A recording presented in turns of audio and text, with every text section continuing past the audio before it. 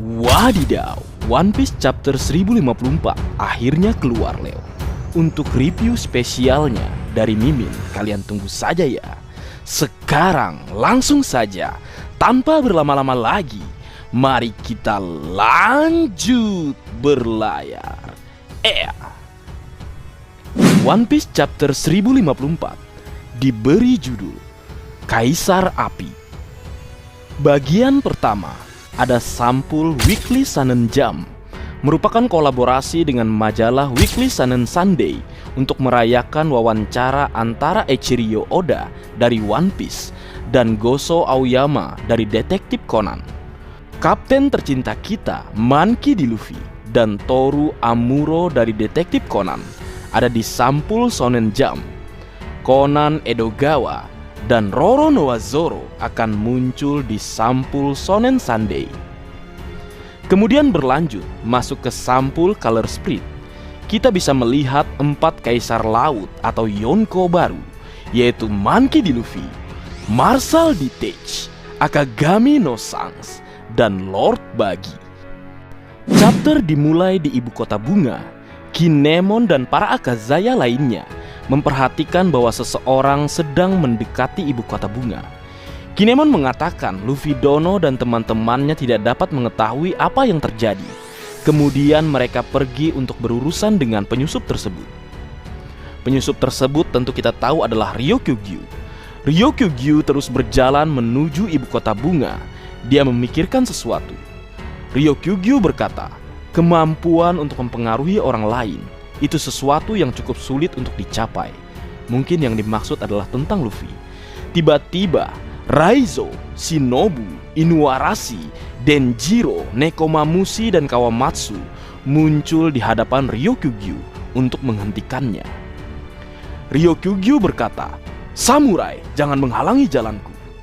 Raizo mengatakan bahwa pria itu adalah seorang dari angkatan laut, dan Denjiro mengatakan bahwa dialah yang mulai menggunakan kekuatannya, musuh Luffy dari dunia luar. Kemudian Ryokugyu berkata, "Teman-teman, berapa banyak yang kalian ketahui tentang dunia luar? Tenryubito adalah dewa dunia ini. Negara seperti milikmu yang tidak berafiliasi dengan pemerintah dunia tidak memiliki hak. Maaf, tapi begitulah cara dunia bekerja." Admiral Ryokugyu meletakkan tangannya di tanah dan mulai memunculkan semua jenis tanaman untuk menyerang para Akazaya. Kinniku Mori Mori atau hutan terlarang kebencian. Aku adalah pengguna Mori Mori Nomi, seorang manusia hutan. Aku adalah alam itu sendiri, ayah dari semua kehidupan seperti laut. Ketika Ryokugyu mengatakan alam, dia menggunakan kata logia. Ryokugyu masih berbicara, "Aku memberimu pelajaran tentang kemanusiaan. Kita perlu menciptakan makhluk rendah untuk hidup. Semua orang bisa bertahan hidup dengan meremehkan negara-negara non-afiliasi. Diskriminasi adalah apa yang memberi kita stabilitas." Dalam halaman ganda yang mengesankan, kita bisa melihat bahwa Admiral Ryokugyu telah berubah menjadi semacam pohon raksasa dan menyerang Akazaya atau sarung pedang merah dengan cabang dan akar dari semua ukuran. Para sarung pedang merah mencoba tetap melawan, sementara Admiral Ryokugyu melanjutkan pidatonya. "Tak terhitung orang yang bisa mati di negara ini, dan tidak ada hukum yang akan dilanggar. Hentikan aku jika kamu bisa. Aku akan membunuh ribuan orang jika perlu untuk menangkap Luffy si topi jerami." Kemudian Yamato muncul di belakang Akazaya dan memukul kepala Ryokugyu dengan kanabonya, menjatuhkan Ryokugyu ke tanah. Yamato berkata kepada Ryokugyu bahwa semua yang Ryokugyu katakan tidak dapat dimaafkan. Serangan Yamato merusak Ryokugyu, gadanya memiliki haki yang sangat kuat. Kemudian Admiral Ryokugyu bertanya, "Siapa kau?" Kemudian Yamato menjawab, "Aku Yamato, anak Kaido." "Anak Kaido?" ucap Ryokugyu kebingungan. Kemudian setelah itu, Kozuki Momonosuke juga tiba di medan pertempuran dalam wujud naga raksasanya. Momonosuke berkata, Aku setuju denganmu, Yamato. Kami tidak akan membiarkan Anda menyentuh pahlawan kami yang masih dalam pemulihan. Ryokyugyu terpana sambil berkata, seekor naga. Dan kemudian Momonosuke mengeluarkan napas bolobritnya. Momonosuke mencoba meniru Kaido, tetapi dia tidak bisa menggunakan serangan tersebut. Melihat hal tersebut, Admiral Ryokyugyu semakin terkejut. Apa itu? Melihat serangannya gagal, Momonosuke berlari ke arah Ryokyugyu dan menggigit tubuhnya. Momonosuke kemudian mencoba menjauhkan Admiral Ryokyugyu dari ibu kota bunga. Dia tidak ingin membuat orang takut lagi. Admiral Ryokyugyu terkejut melihat naga merah muda. Dia tidak pernah mendengar kemampuan seperti itu ada. Dia kemudian memberitahu Kozuki Momonosuke untuk menyingkir, lalu kemudian mengeluarkan sesuatu seperti cabang untuk melilit tubuh Momonosuke dan menghentikannya. Yamato mencoba membantu Kozuki Momonosuke. Yamato berteriak, "Momonosuke-kun!" Kemudian Momonosuke berkata, "Yamato, jauhi aku." "Apa?" ucap Yamato. Kemudian berpindah ke laut di dekat Wano Kuni. Kita bisa melihat kapal bajak laut Akagami no Sang ada di sana. Beberapa kru dari Akagami no Sangs memberitahu Akagami no Sangs bahwa mereka ingin melihat Luffy karena dia telah menjadi bajak laut yang hebat. Akagami no Sangs teringat terakhir kali dia berada di Laut Wano Kuni saat mereka berpisah dengan Kozuki Oden pada hari itu. Dia juga berpikir bahwa Kozuki Momonosuke dan Hiyori pasti sudah dewasa. Sementara itu, kru bajak laut Akagami no Sang bersikeras ingin bertemu Luffy. Lucky Rock berkata, "Bos, ayo kita temui Luffy." Bang Vance juga berkata, "Luffy benar-benar luar biasa." Yasop berkata, "Tunggu sebentar, aku belum siap mental untuk bertemu Usopp." Dasar Bang Tohib yang meninggalkan istrinya dan juga anaknya. Kemudian Lime Juice berkata, "Apa ini? Kid juga ada di sini. Bukankah dia bertarung melawan kita belum lama ini?" Kemudian Akagami no Sangs melihat poster Bounty Luffy. Sang berkata, "Jadi ini," ucapnya sambil memperhatikan Bounty Luffy. Kemudian sebuah kilas balik atau flashback singkat dimulai. Kapal bajak laut Akagami no Sangs mengejar satu kapal perang angkatan laut. Ben Beckman memberitahu Sangs bahwa ada anggota CP9 di kapal perang, tetapi Sangs tidak peduli dan memerintahkan serangan tersebut. Hushu muda bertanya kepada bajak laut apa yang mereka inginkan karena tidak ada harta di kapal perang. Hushu bilang mereka hanya memiliki buah iblis yang sangat sedikit. Lalu kita melihat peti dengan Gomu Gomu no Mi yang kita lihat di One Piece chapter pertama, di mana Luffy mengambil buah tersebut untuk memakannya. Flashback berlanjut dengan Akagami no Sangs mengingat beberapa adegan dengan Luffy di desa Fusa dan momen di mana Sangs mengorbankan lengannya untuk menyelamatkan Luffy. Kembali saat ini kita melihat Akagami no Sangs meraih lengannya yang hilang.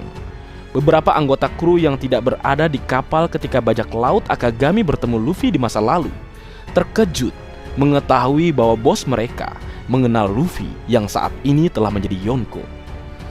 Mereka mendengar semua jenis rumor tentang Luffy, misalnya bahwa Luffy adalah monster monyet yang tak terbendung. Akagami no Sangs kemudian berbicara dengan rekan krunya. "Aku tidak berniat bertemu Luffy." Lucky Rock terkejut. "Apa?" Sangs kemudian lanjut berbicara. "Bisakah kalian mengingatkan aku apa yang terjadi di wilayah kita sekarang?"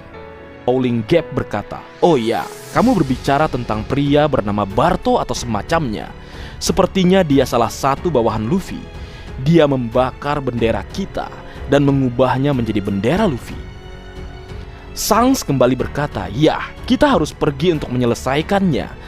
Atau apa yang akan terjadi dengan kredibilitasku sebagai seorang Yonko?"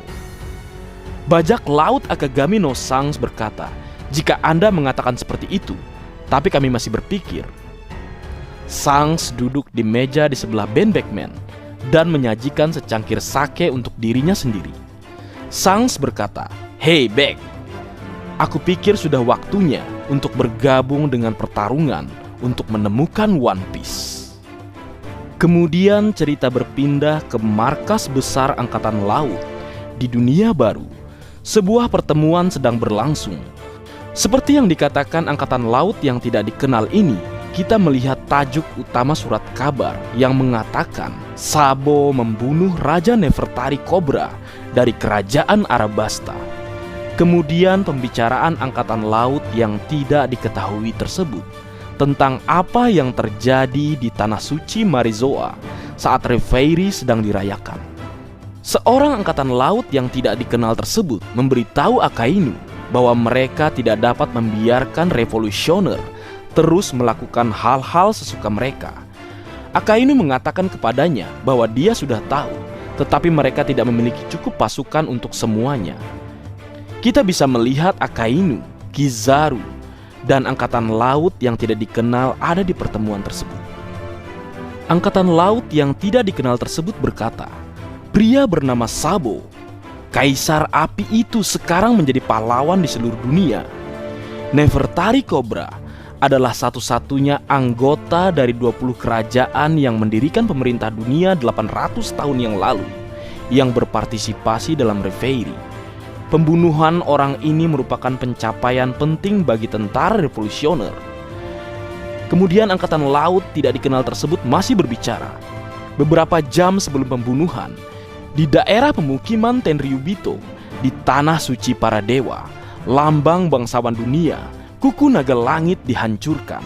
Itu adalah deklarasi perang. Saat dia berbicara, kita melihat bendera Tenryubito yang berkibar di atas sebuah gedung, terbakar selama insiden tersebut. Angkatan Laut tidak dikenal kembali berkata, pasukan Angkatan Laut yang dipimpin oleh Admiral Ryukugyu dan Fujitora menghadiri panggilan para bangsawan. Tapi pada akhirnya, para revolusioner mampu membebaskan Bartolomeu Kuma, mantan anggota tentara revolusioner yang menjadi budak Tenryubito, dan mereka semua lolos. Admiral mungkin tidak bisa bertarung dengan baik karena di tanah para dewa. Kemudian Akainu lalu berkata, kamu tidak perlu membuat alasan atas nama mereka. Yang dimaksud Akainu adalah Fujitora dan Ryukugyu. Dan bagaimana dengan hilangnya Putri Vivi yang terjadi bersamaan dengan pembunuhan Raja Cobra? Ucap Akainu. Kemudian kita bisa melihat lagi headline surat kabar yang mengabarkan hilangnya Putri Vivi. Angkatan Laut yang tidak dikenal dihadirkan. Dia adalah seorang pria dengan rambut putih dan kacamata hitam. Dia adalah Kurouma atau kuda hitam, kepala layanan investigasi kriminal laut. Nama aslinya adalah Tensei. Kurouma berkata, kami masih menyelidiki hilangnya dan kemungkinan hubungannya dengan insiden itu. Akainu lalu berkata, Arabasta mungkin sedang kacau sekarang. Kurouma lanjut berkata, kapal mereka masih di Pelabuhan Merah. Kurasa belum saatnya mereka kembali. Kizaru lalu muncul dan berkata, apakah insiden percobaan pembunuhan tentang Saint Carlos telah diselesaikan? Kurouma menjawab, mengenai Saint Mosgar dan bagaimana dia membantu tersangka untuk melarikan diri. Ada pengadilan di tanah para dewa di mana kasatria Tuhan campur tangan yang membuat segalanya lebih rumit. Akainu kembali berkata, biarkan mereka melakukan apa yang mereka inginkan. Kurouma juga berbicara, rumor mengatakan Sabo adalah orang yang mungkin menarik tali di balik semua insiden ini. Dan revolusi 8 bangsa terjadi bertujuan untuk kembalinya para pemimpin dunia. Mereka mulai memperlakukan pria itu seperti dewa. Kurouma melanjutkan percikan pemberontakan di seluruh dunia. Pria revolusioner, sistem lama telah dihancurkan di pihak bajak laut oleh adik dari Kaisar Api. Saat ini, era ini sedang berubah. Bahkan bisa dikatakan bahwa popularitasnya telah melampaui pengaruh dari panglima tertinggi tentara revolusioner, yaitu Monkey D. Dragon sang pemberontak. Kizaru kembali berkata, dan kemudian tepat pada saat ini adik laki-lakinya, Luffy si topi jerami, telah menjadi salah satu Yonko. Di panel terakhir chapter ini, kita melihat Akainu melihat laut di kantornya. Akainu berkata, "Sepertinya aku sudah menjadi Fleet Admiral saat ini. Tapi apapun yang terjadi, aku akan menghabisi mereka semua." Akhir chapter, di halaman ganda terakhir, kita melihat negara dari chapter 1053, di mana gambar raksasa Sabo di sebuah bangunan. Ada seorang pria dengan megafon di atas panggung, sementara orang-orang bersorak, "Sabo, Kaisar Api!" Dan selesai, minggu depan tidak libur. Mantap. Baik, mungkin segitu dulu yang bisa aku bagi bersama kalian, Leo. Semoga kalian terhibur dengan apa yang aku buat dalam kesempatan kali ini.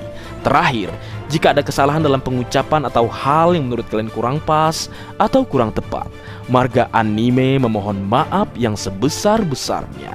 Sekian.